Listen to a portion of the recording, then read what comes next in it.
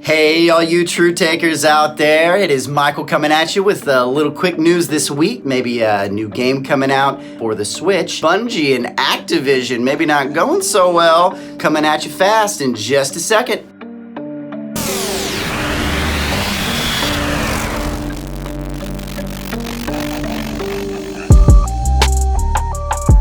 Hello, all you true takers out there. We wanted to get you some news this week. I hope you like the new setup. Kind of trying a little something new while our good friend Gibraltar is away on a trip across the seas to the Philippines. We wish him the best of luck. We do have to continue with some news goodness, some things that we were finding interesting this week. The Nintendo of America Twitter, Final Fantasy XII, the Zodiac Age, the new one that came out for all the other consoles, with all the revamped visuals and some of the DLC and some new things included in that, is going to be coming to the Nintendo Switch on the 30th of April. And to celebrate, they have some new artwork. It's actually pretty cool. I really liked it. Although that game, I did like that game, but, you know, it got pretty arduous in some places, and it was just a little bit crazy. So I didn't end up finishing it, basically. I enjoyed it. It just got, the mechanics. It's kind of this halfway in between, real time and turn-based, and it was cool. It just wasn't something that kept me for the long haul, but I also, played the crap out of Final Fantasy 15, which people were huge on. So guess I have some unique tastes there. All right, sue me. But it's pretty cool. It's coming out for the Switch, so you may actually be able to beat it this time. In other news, some new monitors that are now supported by Nvidia from their Nvidia conference at CES. They opened up some new ones. A bunch of them were actually you can only buy them in Europe, with euros, which I'm fresh out of euros, so those aren't really gonna work for me. There's a couple of the other ones, I'm kind of looking for a new monitor. This one's nice. My bro, shout out to my bro who got me this one for Christmas. It's a nice, cool little curved monitor. But I'm looking, something to take full advantage of the G-Sync technology that's in my Nvidia 2070 graphics card. That's really what I'm going for, and some of these would be pretty cool options that won't break the bank. I'm not looking to spend like $500, $700,000 on it. Sorry, maybe in the future when I become a millionaire. This one was pretty notable though. The AOC G2590FX. The 24.5-inch frameless monitor. I saw it on Amazon for what looked like to be $199, not even on sale, not out of season, out of season for all the sales and everything. We're way past all that business. So it's pretty crazy. It was like, that's actually a really solid price, very affordable. I don't know that I'm gonna do it because this one is already, HD quality, the 1920 by 1080. Some of the other things aren't quite as good as this monitor, but I'm kind of thinking I may upgrade, spend a little bit more, maybe spend a little bit closer to 300, maybe a little over that, get something that really takes advantage of it with some, higher resolution. Yeah, that's what I'm thinking. Maybe get some dual monitor actions over here. Who knows? I'm real behind the times on that. I'm sure all you PC lovers already have all that stuff. So, but anyway, I'm just Joe Schmo over here. Finally, our article of the vid right now is something that's very close to my heart that I couldn't believe when I saw it. But according to Kotaku, as I like to call them, Kotaku.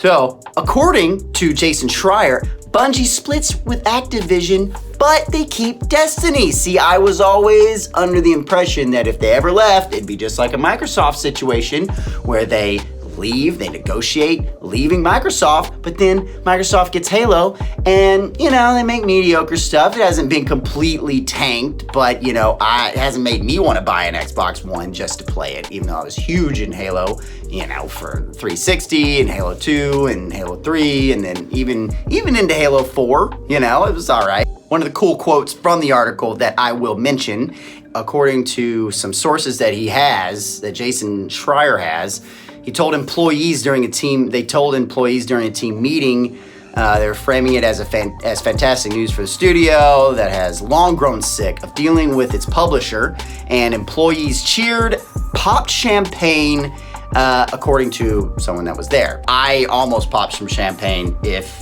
I had any here to pop. I had some red wine, but I don't know if that would have been appropriate. You know, it's not really gonna bubble and froth and be worthy of a celebration. Anyway, quotes here, we have enjoyed a successful 8-year run and would like to thank Activision for their partnership on Destiny, according to Bungie, as they said on their blog post today.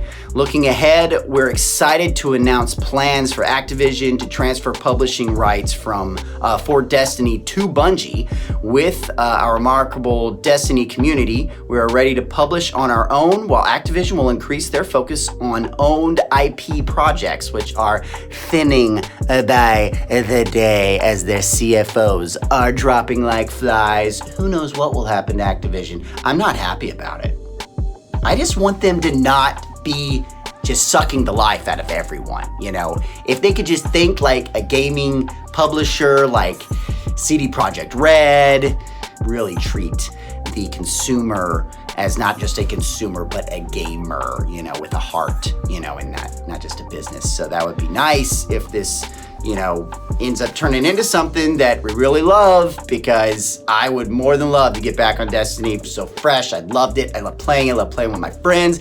I love the first person aspects, the feeling, the shooting, even the grind was fun for me. I even played on my brother's account to get him up to my level so that he could play raids with us. That's how much I love that game.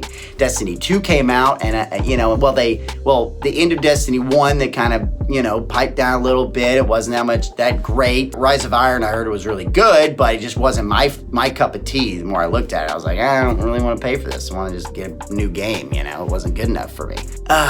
Man, Destiny 2 came out. I really loved that first part of it. Just knew the DLC wasn't going to be up to par, and they didn't seem like they learned from their original Destiny 1, which you hope when you do a good game, then you're going to do more good, and you're just going to keep building off of that. And they just took so many steps back with all the progress that they could have had it. Hopefully all that was due to the control from Activision. I mean, we're gonna just have to see. Super happy at first, and then it kind of like started hitting me. It started, you know, okay, what are the good, well, there's always good and bad things out of each here. Jason answered a question from T_Elic.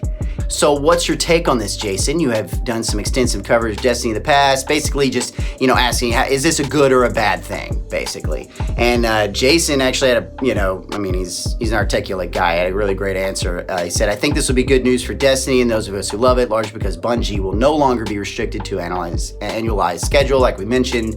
And, you know, they may just do updates to Destiny 3, to Destiny 2, rather than you doing a whole Destiny 3 thing, you know, since they're probably going to be keeping the same engine and everything.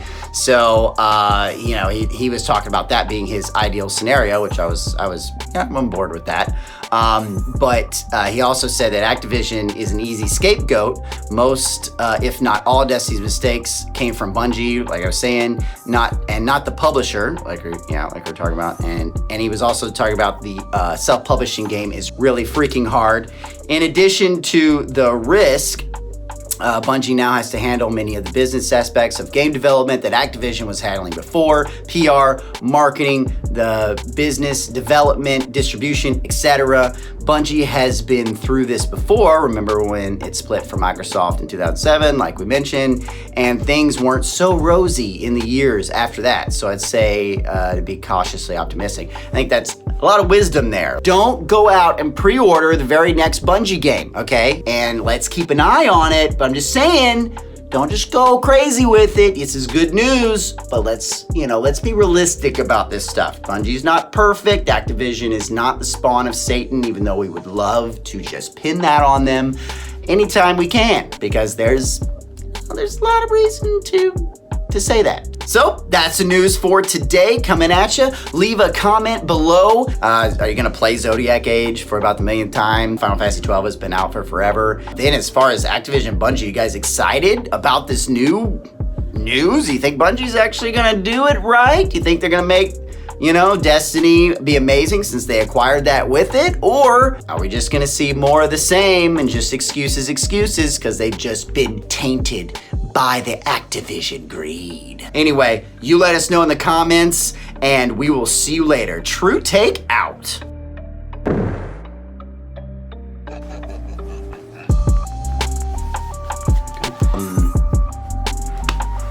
You gotta be kidding me. Orange shirt.